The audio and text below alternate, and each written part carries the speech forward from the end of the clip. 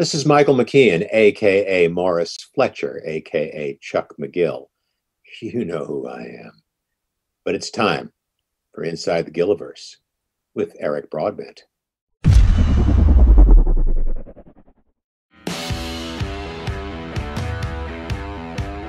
You're watching Inside the Gilliverse, talking all things Breaking Bad, El Camino, and Better Call Saul. Brought to you by the Royal Baubles Collection at bobbleheads.com. For all your favorite characters from the Gilliverse, shop the Royal Baubles Collection at bobbleheads.com. Also brought to you by Rode Microphones, the official microphone supplier of Inside the Gilliverse. See their entire lineup today at rode.com. Now please welcome your host, Eric Broadbent.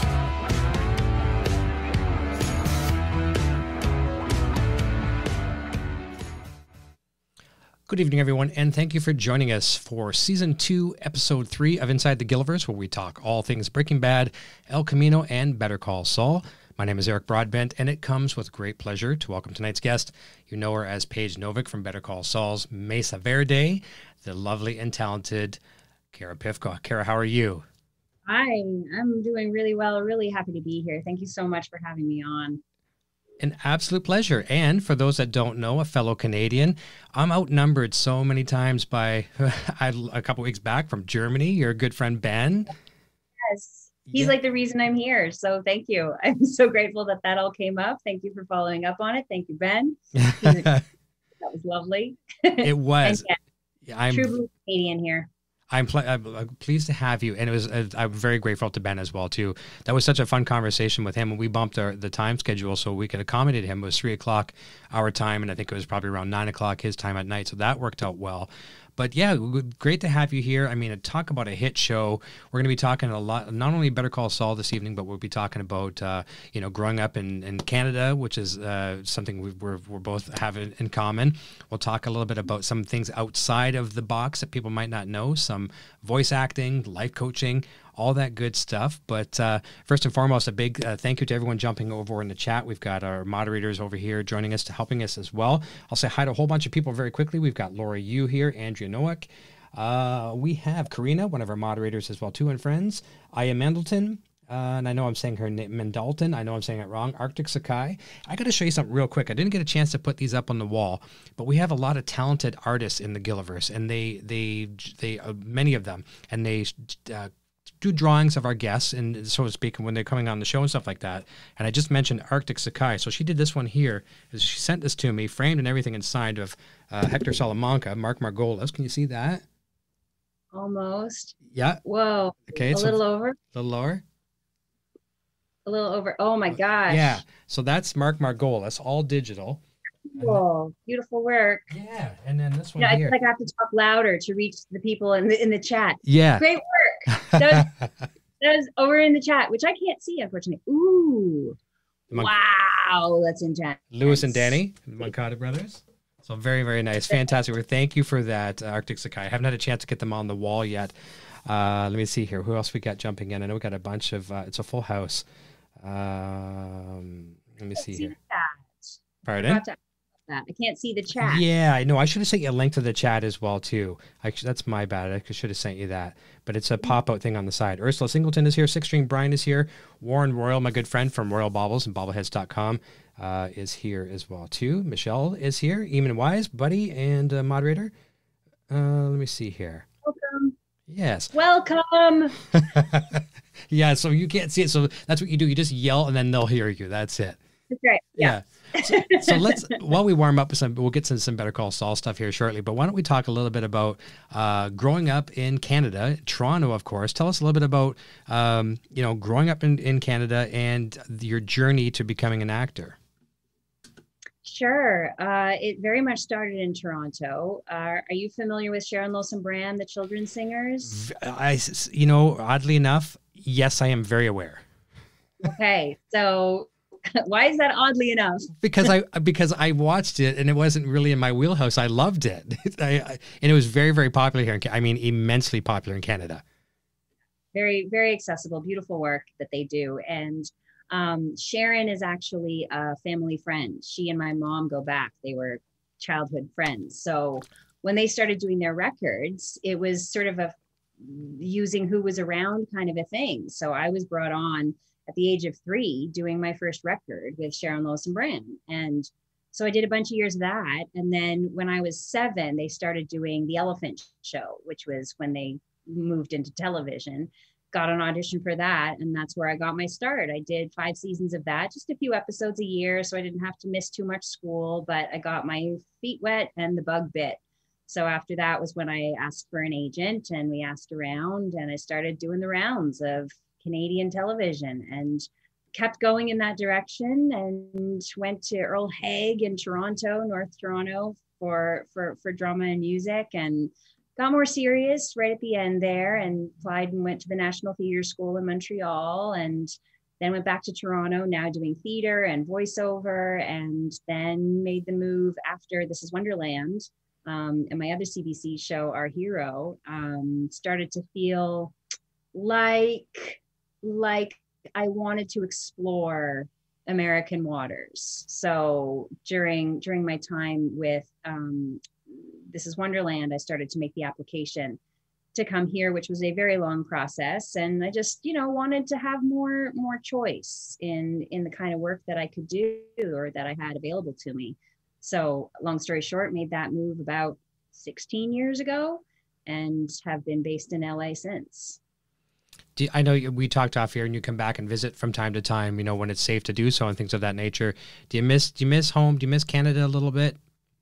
Oh, sure. Lots. That's where my heart is. That's where my family and friends are. And that's where I come from. So luckily I still have a lot of family and friends there. So COVID aside, I would go back 2 times a year. We've missed this trip and I'm feeling it. And my kids are missing the snow, and I miss it terribly. Yeah. I imagine you must hear all the time, because we hear in the news all the time, Americans talking about Canadians the Canadians are so polite, and we say sorry for everything. I'm like the type of person that pulls up to a red light, and I got a passenger, and I was like, oh, we're at a red light. I'm like, I'm sorry, and I apologize for the red light as if it's my fault. Right. Yeah, it's pretty ridiculous, the whole sorry thing. Yeah, I know, right? But I mean, you have to adapt, like coming to the States when you would say thank you, and people here say what? Yeah, you're welcome. Yeah, whatever happened to you're welcome? I like you're welcome. Somehow that becomes I know. I don't get it. But let's talk a little bit about the first of all, that's awesome, the backstory from Canada and venturing out to the States. Let's talk a little bit about. All right, one more funny Canadian thing. So here in LA, there's the cemetery where they post huge movies on one of these walls, and it's like an outdoor movie viewing spot. And in one film, they named Canada. They said something about Canada, and I heard Bob and of course Doug. they answered the appropriate call. Yep. Exactly.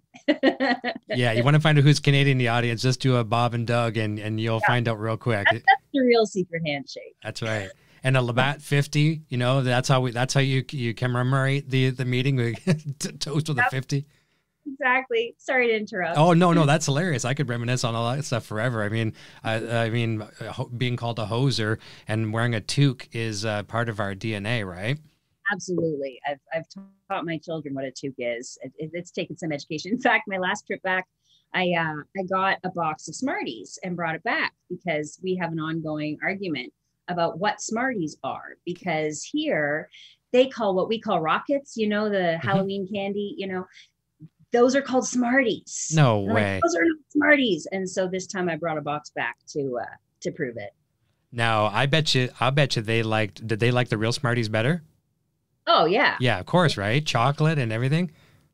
Yeah, it's way better than plain old sugar candy. Isn't that something? And again, there is a big difference. There's a lot of chocolate bars and things of that nature too that we each carry that you can't get in Canada or vice versa. That's fantastic. It's so funny. I've had people talk to me going back to the toque idea. I've had people say, "Oh yeah, he's like American friends. Oh, he's wearing a toque." No, toque is what you do. A toque is what you wear.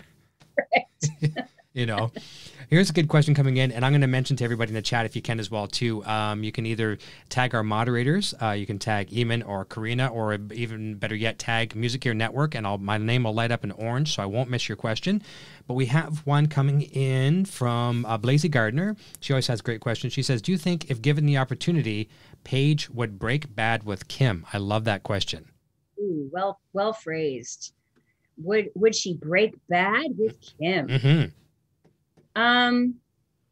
Yeah, no, Paige is pretty loyal to Kim. Like there's a beautiful, deep friendship there, that has always been intended to supersede the work. And I think it's part of what makes that relationship so deep and connected and fun, and that there's always that friendship first. So I think that would always take priority.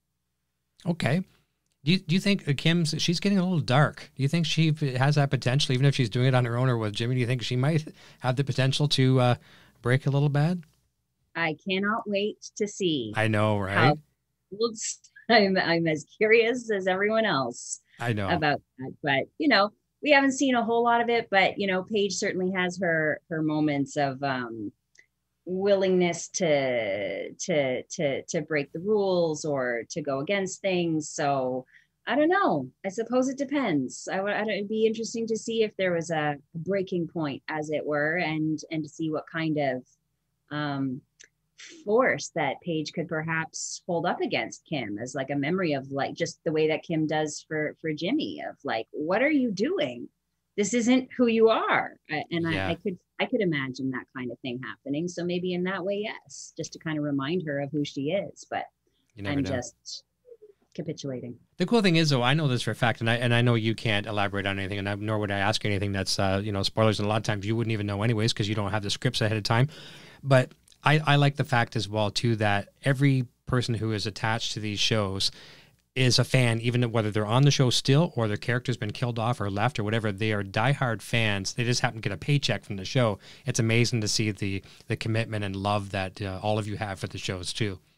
Yeah, I would definitely put myself on that list as well. It's, when you have a show that's created with such intention and such care and such kindness, I know there's a lot of grotesque things that happen, but from a creation point of view and from a feeling on the set point of view and how things are run, it's just done with such gentleness and care that I'm a diehard forever, for sure, fan.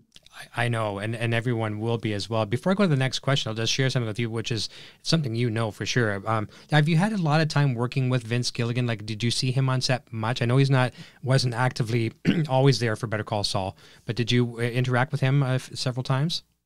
Yeah, definitely. There were a bunch, and there was at least one episode that he directed. And then I was on a podcast with him after the fact, which was a fun just way to hang out and dive into things a little deeper. And yeah, he was around, and that's what I mean. And certainly the awards and all that kind of stuff, some of those, what do you call them? The launch parties and that kind of stuff, as well as on set. And I mean, him, there's just this beautiful gentleness and ease and sweetness and approachability and openness with him, and that's what trickles down from the top, he and Peter, as far as the mood that they create, the way that they approach any conversation is with such thoughtfulness, and he's got that gentle tone, and he'll sort of drop back and consider something, and full nerd, full geekness, and just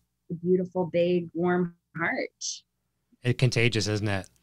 Oh yeah. It does. It trickles down. That's why it's such a good set. Yeah, I'll share this story with you really quick. This was what Mark Margolis told me this, and our viewers have heard this question or this comment a couple of times. I've made this, so it's old news to them, but I know you'll appreciate this.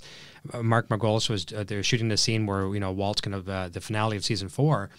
Breaking Bad was going to blow up, Gus, and take Hector Salamanca and everybody with him, and in the old folks' home, retirement home.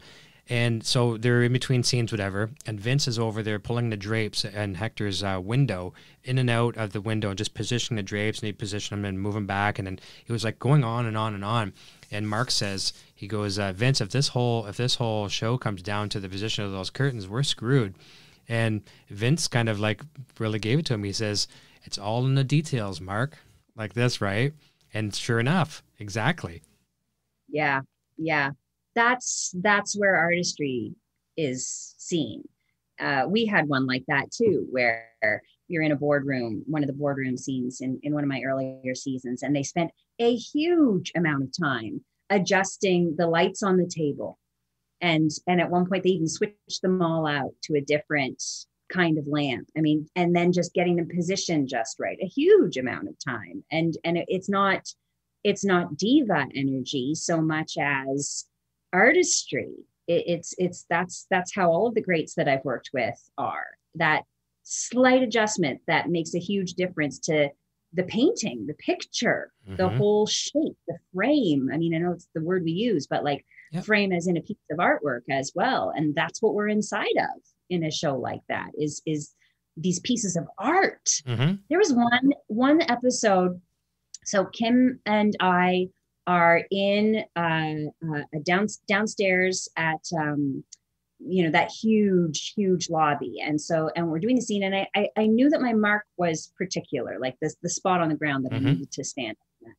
And it wasn't until I watched the episode that I realized the incredible piece that I was a part of, where the light was coming through just so and sparking just so. It was like they captured the sun and brought it through in just this beautiful way that tells a whole story. It's one of the things I love about watching the show is I'll just pause it and just marvel at the paintings that they create. Yeah. Every scene is a postcard. Yeah. Postcard is probably better than painting. Postcard or painting. I think I know what you're referring to too. The scene we see the giant Mesa Verde cowboy statue. I mean, it's like 16, 18 feet tall. Sublime, right? Oh my God, we were so excited when we walked in, Rex and I, when we saw that, we were like, wow. It also helped us know that maybe Mesa Verde was sticking around for a little while. Yeah, that's good. We had Marshall Adams on the show, and man, Tom and I were picking. I mean, Tom is spoiled. Tom works with him every day, but I mean, myself, I'm like picking his brain, trying to find out all these little tricks they do for the lighting, and I'm just complete geek mode. I mean, I was in heaven, getting to and so are the viewers, getting to hear how they do these things with a little, almost like a light bright type of a lighting setup to give twinkle and heat canisters to make them. Oh, it's just crazy. But Here's a question that came in. This was one of our friends, Nat Romero. She's over in Barcelona, Spain, I believe, and she couldn't make the show tonight. So she had a question for you, and I wrote it down. She says, I loved Paige in the show, how she was super professional, but always on Kim's side. And then she says, okay, almost always. Did you and Ray work on your backstories on how they became so tight? Also a request. Could you say again, muddying the waters? Thanks. Stay safe, everyone.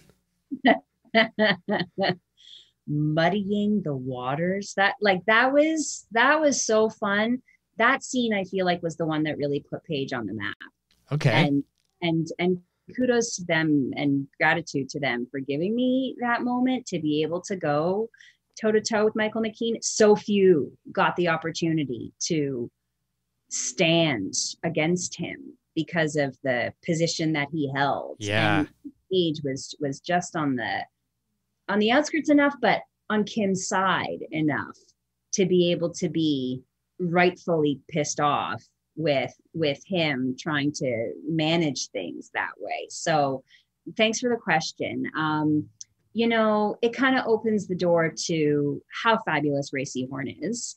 And she is so gracious that even in her incredibly busy shooting schedule, she would find time to come to the hotel where Rex and I were staying to rehearse.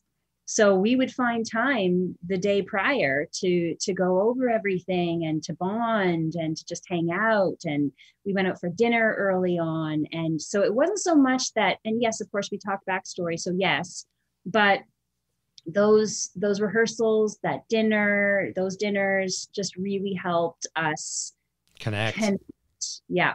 in the exact way that Paige and Kim do. So it wasn't so much method acting so much as here's an incredible woman and I'm really excited to know her, and vice versa. So it made an easy translation to everything that we needed to accomplish on set. And, you know, even when there are moments of sort of more adversarial contention, it's always easier to do that with an actor who you have built trust with, because you know you can push the line and feel safe to challenge it, as opposed to, I don't know you very well, or I don't like you very much. And that sort of puts you as an actor in a place of like playing it safe or being careful or polite. And that's death for an actor. That's not where we want to live. We want to be in that place where we can make that leap, take that challenge, push something, you know, just like I've got a frame here, push the edge of of what the relationship is. And I always felt comfortable to do that with her. That's great. And I look at it from the music side of things. I'm a musician, and you look at bands, you know, and one of the key success stories of bands a lot of times is kind of like what you say, you know, going out for dinner, stuff like that, but the bands having their barbecues and hanging out with the birthday celebrations, all that stuff, and doing it's everything but work. And then it just becomes, you know everything about them, the kids' birthdays, all that stuff. And then when it comes time to doing work, you kind of bring that with you, and you know them, like you say. And even sometimes you might have like a nemesis and, the arch rivals, and, there's, like Bryan Cranston and Giancarlo, they could be having a ball offset and then hate each other on screen, right? Yeah, like the Roadrunner and the Sheepdog. Yes, wasn't that the best? I bet they had a great time after and went to the bar and. Yep. I know you've talked a lot on these episodes about sort of comparing theater and television, and sort of continuing that thread. That in theater there's so much more of an opportunity to build that bond with the lengthy rehearsal processes, and in television there is more often not the chance for that, especially if it's something more short run. So that's the other gift of being on a show more long run like this, is that we get that opportunity to bond. And also the benefit of shooting away from home is all of us are there doing just that. Like we all have that shared focus. And so we all get on the same rhythms. It's different than when you go home and you get into family mode and all that, and you kind of go back and forth. Whereas there, if we're not on set, we're available to rehearse or hang out or just be in touch, and Ray also, just while we're on can I gush on Ray a little bit more, is she was so gracious when I first came to set. I speak about Rex a lot because we were just together all the time, and I love him to pieces, and we're friends in real life. And I just think he's just a beautiful human being. And so she showed us around, and we're like, she's so busy. She has so much on her plate, but she takes the time to, here's craft service and introducing us all around the set. And like, it's just, I really tip my hat to that type of graciousness of being the lead of the show. Yeah. She is very accommodating with her time, and I don't know how she does everything she does. She's extremely busy. She's been good to us here as well too. Is a real incredible person for sure. We're going to jump over to a section, and Rex, I love Rex as well too. I mean, I want to get him on the show down the road. I've loved all of his past work. I mean, he's a chameleon. He fits into anything like this seamless. Like one of my friends, Lou Temple, he usually plays a guy who gets killed all the time, but he is a chameleon. He blends into anything, and I think Rex is just like that too. Yes, and fits right into with that big heart. And, it's a storyteller. Oh my God, he's the sweetest human being. It's a pleasure to. We would go for dinners with him and whoever else, and he would prep for it. He would like be all excited, kid in a candy store type energy to like get into the details of people's careers. Things that I tend to shy away from. Yeah. And he get right in there like a fan and ask all the big questions. Just so sweet, so fun. Love him to pieces. He strikes me as a guy who's going to come up and give you a handshake and crush your hand. Have you shaken it? I mean, he's probably going to be gentle with a lady, but does he have a strong handshake? He has a strong handshake. He has a strong hug, but he's respectful. He doesn't crush people's hands. He's a teddy bear, right? Yeah, definitely a teddy bear. That's fantastic. I'll have to talk to him sometime soon about that. We have a section on the show here. It's kind of for our members. It's our member section where they've sent me voice recording questions. So I've got 2 questions for you tonight. The first one I'm going to play is from Karina, and I'll play that for you now. Here we go. Hi, Cara. My name is Karina. Almost all of your scenes were with Ray Seahorn. My question is, what was your favorite thing about working with her, and how thrilled were you to see that she got a Critics' Choice nomination? Yeah, totally thrilled. Very thrilled. Good Lord. I mean, her performance is so incredible. It's one of the great injustices that she hasn't been nominated for some of the other awards. So really, really grateful that she's finally being recognized and honored. And I'm sure there's more of that to come. Yeah, you know, I've been gushing about her, but to answer your question further, she's a theater animal also. And there's nothing haphazard about what that woman does. The discussions we've had about each moment and the possibilities of it. I mean, and we get goofy, you know, when we're rehearsing, we'll play with it in ridiculous ways. You know, I remember one rehearsal, Rex and Ray and I were in a boardroom in the hotel, and we were like, pretend there's like a huge gust of wind, and we're like pushing against the wind just to kind of mess with the scene. Like, because if you turn it upside down, then when you put it right side up again, it finds a new way. So working with her is like working with a laser beam or a scalpel. Like she's just like, and it makes everybody else work harder because you want to step up to that mark, and she sets the bar high. I want to go back and I want to find the timestamp and quote you on that there. That's a great quote. Was like a laser beam or a scalpel. That's precision. Yep. Yeah. Yep. Well, I can buy that. It's true. That's what it feels like. And it's just, everything is filled out. Everything is considered, but it's what's beautiful about her work is it doesn't look like that, except when it's supposed to, you know, when you know what the backstory is, you know what she's sitting on. And you see it in like just a little, you see it in what she doesn't bring forward. You see it in what she's not being obvious about her choices, but you know, because you know the whole backstory, you've been following along, you know exactly what meaty thing she's sitting on or the contrary choice or what she's facing. And so you get to watch her be that razor blade. Yeah. Scalpel. Yeah. Like a scalpel. There you go. Scalpel sounds better. It seems like you brought her up, and we're going to jump over to Lori's question in a second. I mean, a classically trained actor like yourself, I mean, you've got the chops. You've done so many things. Your IMDb resume is like an actor's dream. But is there anything that, you know, going home at the end of a day, doing some scenes with Ray, is there any takeaways? I mean, even little things are like, that's cool. Like, is there any takeaways, or even in any of your colleagues on set? I mean, they're all so talented. Any little takeaways that you bring home and think, maybe I could work that into my shtick, so to speak? Yeah. Well, as I mentioned about, you know, Ray in particular, the way that she considers numerous angles of how a moment came to be, contemplating all the different choices that perhaps aren't the ones that would end up in the script, other ways that the conversation could have gone.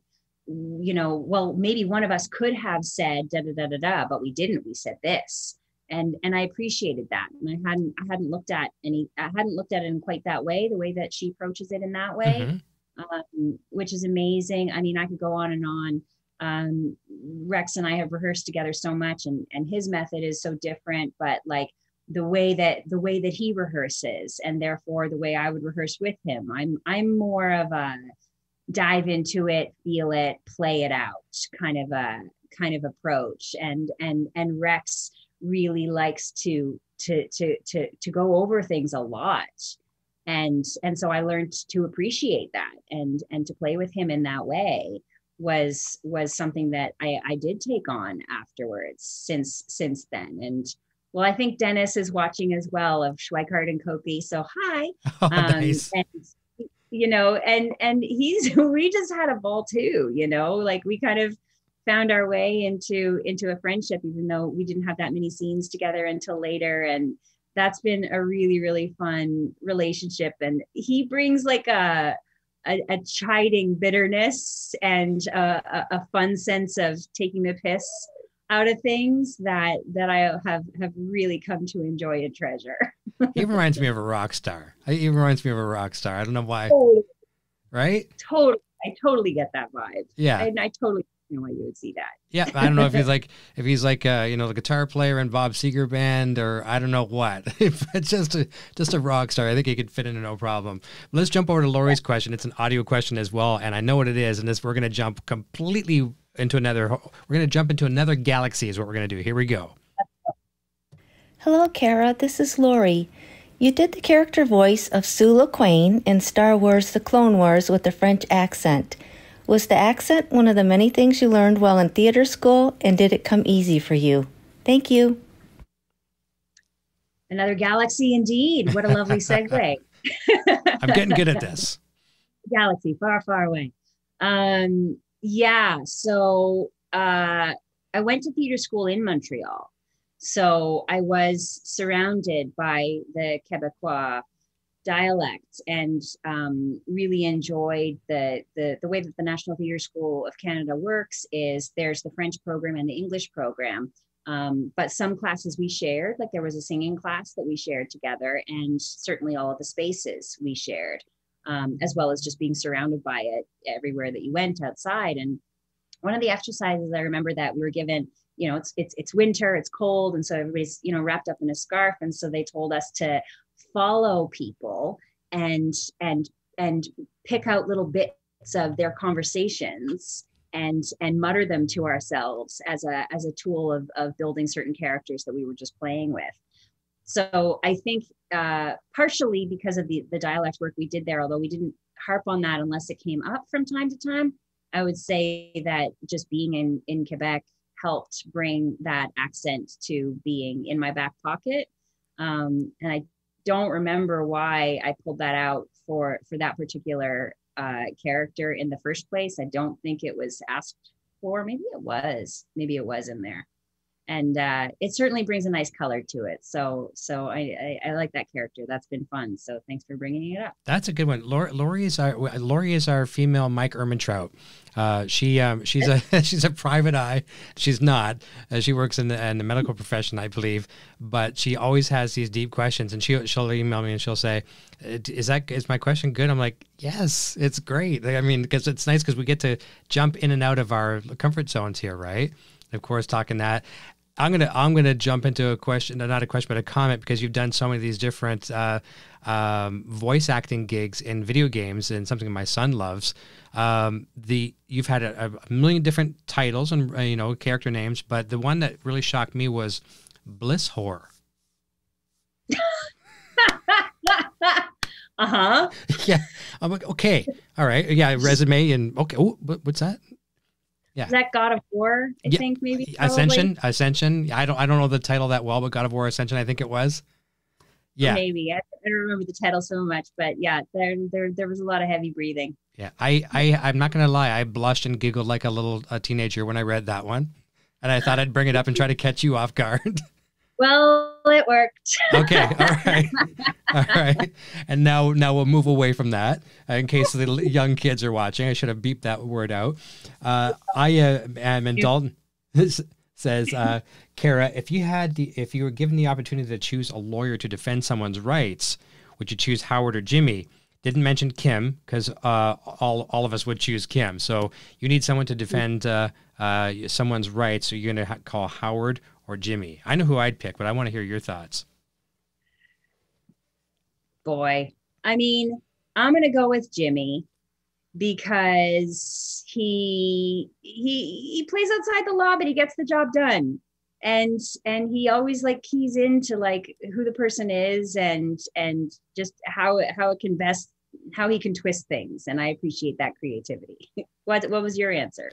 Same thing. And although, I mean, Why? I've got to know Patrick Fabian, and I'm kind of friends with Patrick Fabian, and I love him to death. So I feel bad by not picking Howard.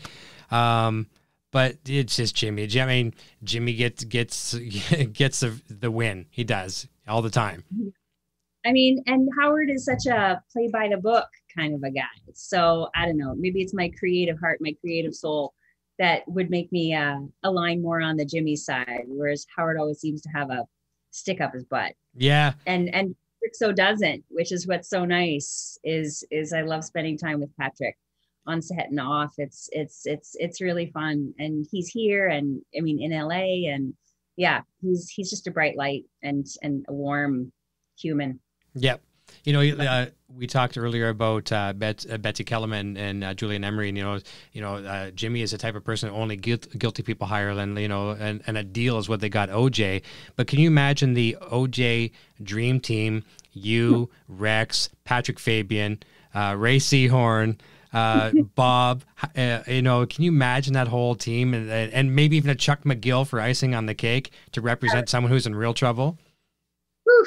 I would love to see how that might have gone. I know. I pity the prosecuting attorney on that one.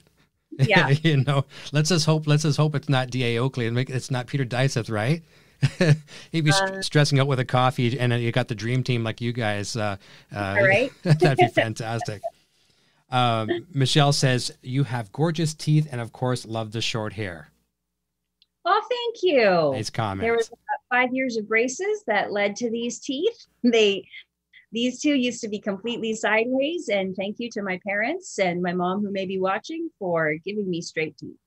And the short hair is kind of women in their hair, but I had really long hair for most of my career, and then I went through like a huge personal transformation, and I just felt like, shoot, if I don't do something that is going to mark this change, then nothing will significantly change and it'll all go to dust. And that was when I made the move to cut my hair.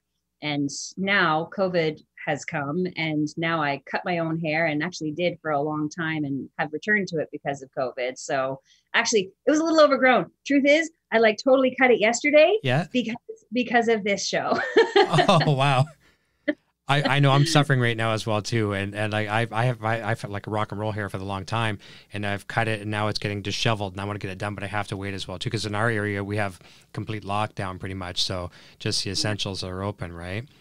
Well, you've got the rock and roll thing to come back on. Hey, I'm curious, like that opening music, is that your rock and roll? Is that yours? No. Or is that just Nope. in the world of the kind of music that you play? Yeah, it's just kind of fits everybody's genre. It's not necessarily rock. It's not easy listening. No, so that's not mine. That's just royalty-free music.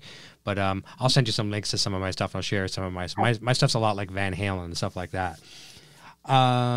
This is a good question from Blazy Gardner. She's asking, if you could play a character in any TV show past or present, what would it be?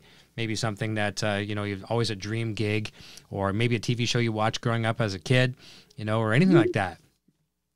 Anything that comes to mind? No. On the theater side, I always wanted to play the Wicked Witch from Into the Woods. Mostly because I wanted to sing that song. It's the last midnight. Oh, come on. That song is just killer. That's killer. I mean, there's people I want to work with, Mark Ruffalo and Meryl Streep, if you're watching. See you on set sometime. That'd be great. Let's see. This is really weird. I don't know. Maybe I'll come back to this question later, but what's popping up right now is Parenthood, which isn't a show that I follow deeply, but I just kind of liked what they were doing. And that's so much of my real world that I liked what they addressed and how they addressed it. So that's not a show I've been on, but would love to have been on. I think it's probably done now, but I'm not even up to speed on that. I don't know. I might return to that question. Sure. Let's segue for a second, but at the same time, saying the same thing. How do you juggle parenthood and being a busy actor and a lot of the other things that you do, which we'll talk about very, very soon here as well too? How do you find the balance and obviously good support at home, great husband, things of that nature. But tell us a little bit about juggling that and still being a great mom and a great success on camera. Well, thank you. Yeah, juggle is certainly the right word for it. And the thing about balance is it's constantly shifting.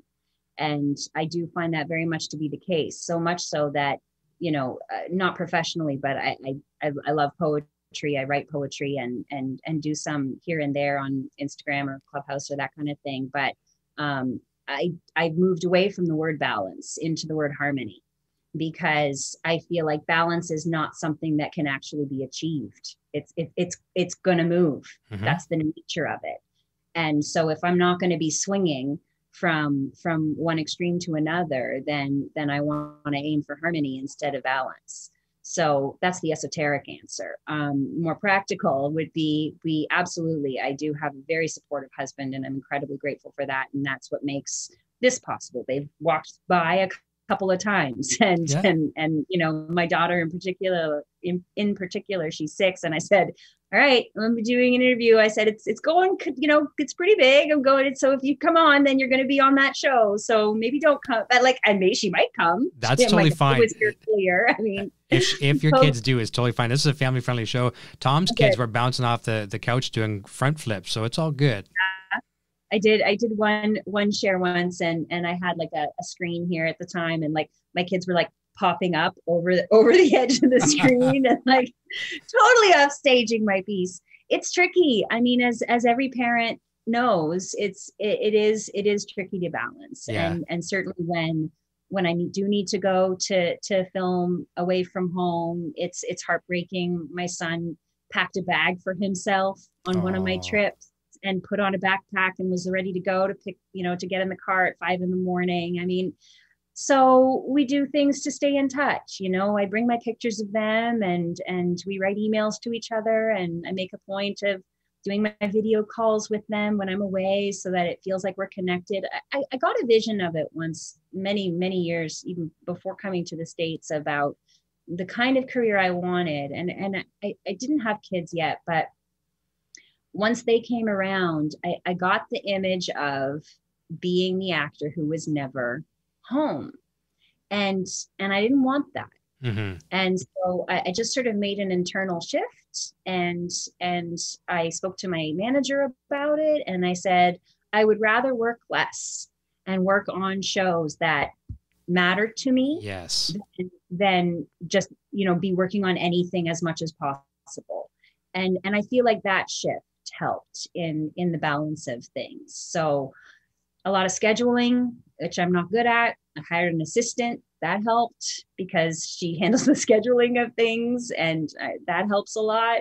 It's tricky. It's ongoing, and I'm constantly shifting the harmonies. I love the word how you use harmony, because my ears peaked as soon as you said that, because as a musician, you know when you're harmonizing, you know when you're in sync, and it just works. It just works. And there's a lot of players involved to make that harmony work. You know, the actors that you work with, I mean, you know, everything is in sync or it's not. And then when it's not in harmony, it's like listening to a bad violin and a 12-string guitar out of tune. It's just horrible. So you know when it's everything's clicking. No, with when you're working in harmonies, even if it goes off, you can ride the dissonance and then slide back in. Yeah. And there's something beautiful about that challenge and relief music. And I think it applies in life as well. Like the dissonance will come again and again. Yep. So ride the dissonance and then ride back into the harmony. That's something that I can do. That's something that I can ride. You know, balance. Oh my God, I'm out of balance. And then you know, this self-flagellating and what have you, and you know, bad mother voice and all of that, which I tangle with, and then have good moments. I'm like, all right, I'm gonna go easy on myself here. Let's just look at some good moments here. Yep. Yeah. That's how it is, right? Well, that's how all those years of muscle memory, if you're a physical person playing an instrument or a painter or whatever, or a mental memory of chops and practicing and theater and all those things. So when you have those little slide out of harmonies, and that gets you back quicker than the person who doesn't have that the stand-up comedy routine in the clubs, and you know, practice. The more you have that to fall back on, that duration of getting back to the center is a lot quicker. Agreed. Well said. Yeah. I mean, it's a template that applies all over the place on set as well. You know, you get a director who's really tough to understand, or really isn't thinking about, you know, what's in the actor's shoes because they're getting eaten by the machine. I've certainly seen that on other shows. And it becomes a different kind of challenge. So that same template of riding into that dissonance and then coming back into harmony just becomes necessary to make a scene work, a moment work, a relationship work. So it applies all over the place. Agreed. We're doing good on time. We got about 10 minutes left in the program. I know it goes by fast. I told you. And well, see, we're in Canadian time. Our time's a little faster than yours. This is more of a comment. This is from Robin Salazar. Robin says, "Thank you for your heartfelt episode in Heartland. My granddaughter recognized you before I did, and she was 7. She was like, 'That's Paige from Saul.'" Yeah, there's a different color. I mean, that was a fun role because they grew her. When I first showed up on that show, I did 3 episodes. I was this city slicker, stick in the mud fashion girl. And then I went into this huge allergy thing. And then I came back after a nervous breakdown for my wedding. That was a fun arc and beautiful scenery, horseback riding on set. Give me a break. It was incredible. Oh, nice. Bob Rich says, "Hi, Cara. What are some practical things an actor can do to craft performances that are as poignant as possible? What methods or practices work when wanting to touch an audience?" Bob, right? What was his full name? Bob, yep. Bob Rich. Bob, just the way that you formulated your question tells me that you're on the right track. So the connection to your own body, your tensions, where you get tense and where you can release, where you can make a practice of releasing habitual tensions so that you can create on top of a blank slate, as opposed to bringing certain habits that you're not aware of into every role that you play, would be one thing. I mean, this is a topic of great passion for me. So really, we could go an extra hour and a half just on that. But one more thing I guess I'll mention is good listening. That's something that you can practice in your regular life, of hearing what is the checkout girl saying to you, what your partner, what any relationship you have, really listening and taking that in, as opposed to just considering what you're going to say next. Because the best part about acting is listening. And that's certainly what won me a continuing position on Better Call Saul. I was told was my listening, and they liked that. And that's something that I have worked on for many, many years. And you want your listening to be as potent as you're speaking. And when you drop into the body in that way, then it takes the pressure off of all the acting I'm doing up here. You want to take the pressure off of yourself as much as possible. Good. Very good answer. No, that's good. It was a good question as well, too. Here is a comment from Michelle DeMatisse. She says, "It's so interesting how her real life persona is so much like her character in the show. What a sweet, professional, lovely person. Same as Paige. She is as dull as her character on Better Call Saul." Very nice comment. Thank you. And I agree. The Vivid Kiwi runs a really cool Better Call Saul theories and a YouTube channel. Very, very cool. And they were very kind to us last week and gave us a shout out to talking about some of the deleted scenes from season 4 and 5.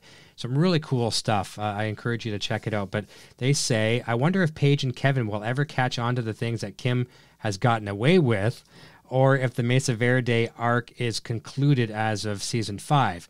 Now, obviously, you know, that you might not be able to speculate on that, and I know you're probably looking forward to some more screen time in season 6. But do you think they might be looking to back through Kim's paper trails and find some shortcomings, maybe?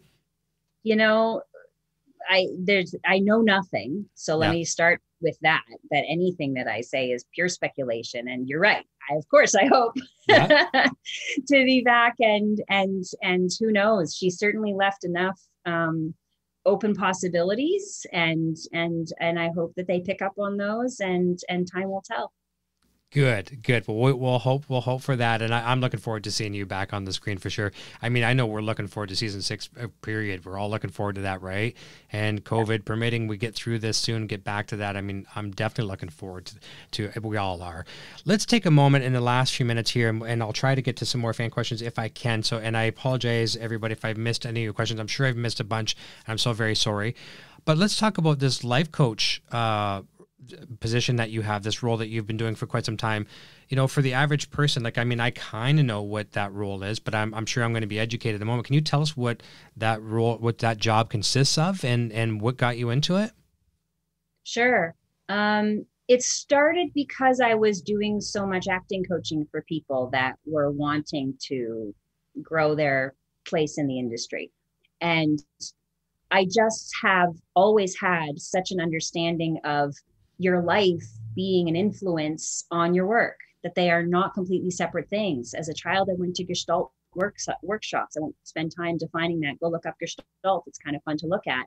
But it gave me kind of a look at adults not as these perfect humans. And so when I was doing this sort of casual coaching for people, I would end up talking to them about their life in order to draw on, okay, so fine. So here's a character. Well, who is that character for you? Let's make a translation of a relationship for your life that suits that character. Okay, but now I wanted to understand that relationship so that we could grow it. And then I just followed it up. It was something that I was doing anyway. And so I went and got training. It's now called the Coaching Institute. It was Strategic Intervention, which is the woman who runs it is Magali Pesha. She works with Tony Robbins, but she's so feminine. And I felt far more attracted to that. Got my training there. And now I work on the team there. So we coach hundreds of coaches a year, maybe 1,000, I'm not quite sure. And so life coaching is basically about looking at where you are now and how you want to get to where you want to be. My lean is toward creativity coaching. So a lot of the work that I'm doing is for people who are looking to grow their personal creative side. I founded something called Restart Your Art, which is a Facebook group. And that's where there's a lot of room for process. And I think that there's far too much. We see finished product on television. How do we get there? Right. And so the work that I do with people kind of backs that up, looks at the whole picture and gets people to that finish line in a way that understands that it's still a moving target, that it's still an organic thing. So that would be my long and short of it. Okay. My short. Well, I appreciate you sharing that with us for sure. And I've got a lot of your links as well, too, in the description of the video to all your social profiles, your website, and then the Facebook page as well. So we got that. People can go down below and find out more about you. One of the last things I want to personally ask of you, and I know you get asked all the time, especially anyone right now during the pandemic, people are going to ask, you know, others, what are you watching? What are you binge watching? And I know you've answered these questions a million times. I'm going to ask you something that maybe, hopefully not a lot of people have asked you, and I'm going to be a little selfish because I have selfish reasons for asking this. Number one, do you like to cook? I do. Do you? Yeah. And we talked about juggling earlier, so did you find time to cook? I do. I like cooking. You know, in one of the workshops I was hosting once, I had an actor, his name is Chris Malika, and I asked him to choose something that he loved to do. And he closed his eyes and he talked about cooking as alchemy and bringing together these other two elements to create something new. And it up-leveled my relationship with cooking. And I you know, for somebody who has a natural lack of ease with domestic things, just because I'm a wild creative, I would write songs about it. Operation Put Food on the Table. And like, as I'm cooking, I'm singing that little song hook because it helps me feel connected creatively to the act of cooking. I need to find creative outlets in just about everything I do, or otherwise I start to feel dead or angry. Okay. Well, what's and the reason why I'm asking this, I told you I was being selfish. I'm trying to come up with, I don't cook that often. I can cook a few things. I'm trying to make something really, really nice for my sweetie Nicole, and I really want to get some ideas. So what's your favorite dish to make?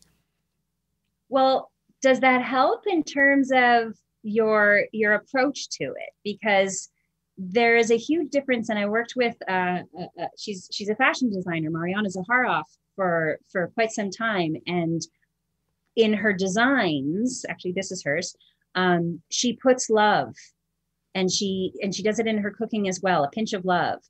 The sort of exposing my woo-woo side, the energetic intention that you put into whatever you make is going to make the biggest difference. So even if you're making mac and cheese or your signature spaghetti sauce or whatever you like to make, honestly, past any ingredients or recipe that I could recommend would be to take a moment before you begin and think about how much you love her.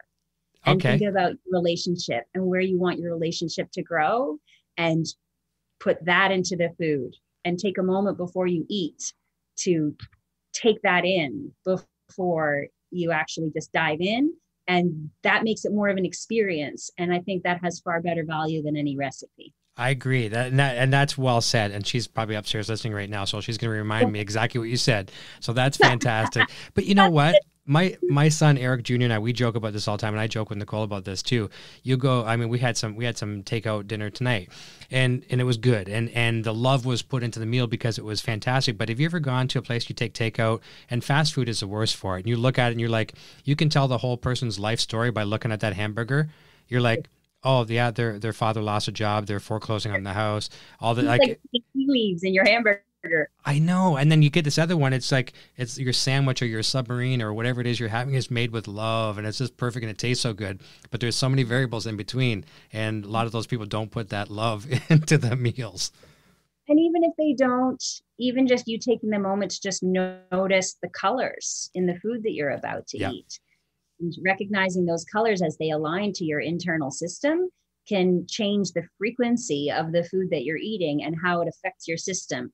Same burger, different intention makes a different, I don't eat meat, but like makes a different relationship between the food and how you take it in. That being said, coconut cream. Okay. Add coconut cream to just about anything. Okay, maybe not anything, but. Now, coconut oil or coconut cream? What's the difference? Oh, coconut cream, because a coconut oil, it's not as potent to flavor. Okay. And the coconut cream will add like a richness and a creaminess. Pretty much anywhere where you would use milk or cream, use a coconut cream. So I've got a soup that I just had for lunch that was carrots and squash and a number of other vegetables. And I seared some garlic first, and then I had some coconut cream in there. Ugh. Oh, wow. So would that be a vegan substitute for milk? Because I guess so, right? That's cool. Very cool. It tastes amazing. Okay, I'm going to make a note of that for sure. And if I forget, I'm going to go back and watch a video. And we've got a good comment from Robin Salazar. She says, we're going to have to tag Eric with some recipes. Yes, I was taught to cook with love. So I'll get all these recipes. I'm sure going to have a bunch of the girls now sending me all these recipes. But I promise everyone, including you, I promise we'll cook with love for sure. Yay. Well, what a perfect way to end the evening. Then this is a big win. May everybody cook with love. That would make me very happy out of tonight. That's our takeaway for tonight. Okay, be good to one another and cook with love. There you go. Well, that warms my heart. Yes, please. Awesome. Well, listen, it's been an absolute pleasure to have you here. We're going to say goodbye to you off the air in a moment. I was very excited to have you here. First show back after a bit of a studio move here and things of that nature. And really happy to have you. We'll cordially invite you back anytime you'd like to come back on again. Love to have you. Maybe it might be partway through season 6, and maybe we'll have an update on what Paige is doing. We'll be excited to see her back on the screen. Fingers crossed, everybody, right? That'll be good. Well, listen, everyone, have a safe and fantastic weekend. And I emphasize the safe. Be careful out there. Follow protocols, please, so everyone can get back to their jobs. We can get back to these favorite shows that we love. And we'll look forward to seeing you next week. Same time, 9 p.m. Eastern, 6 p.m. Pacific, right here on Inside the Gilliverse. And Cara, I'll say goodbye to you off the air. Until next week, everyone, cheers.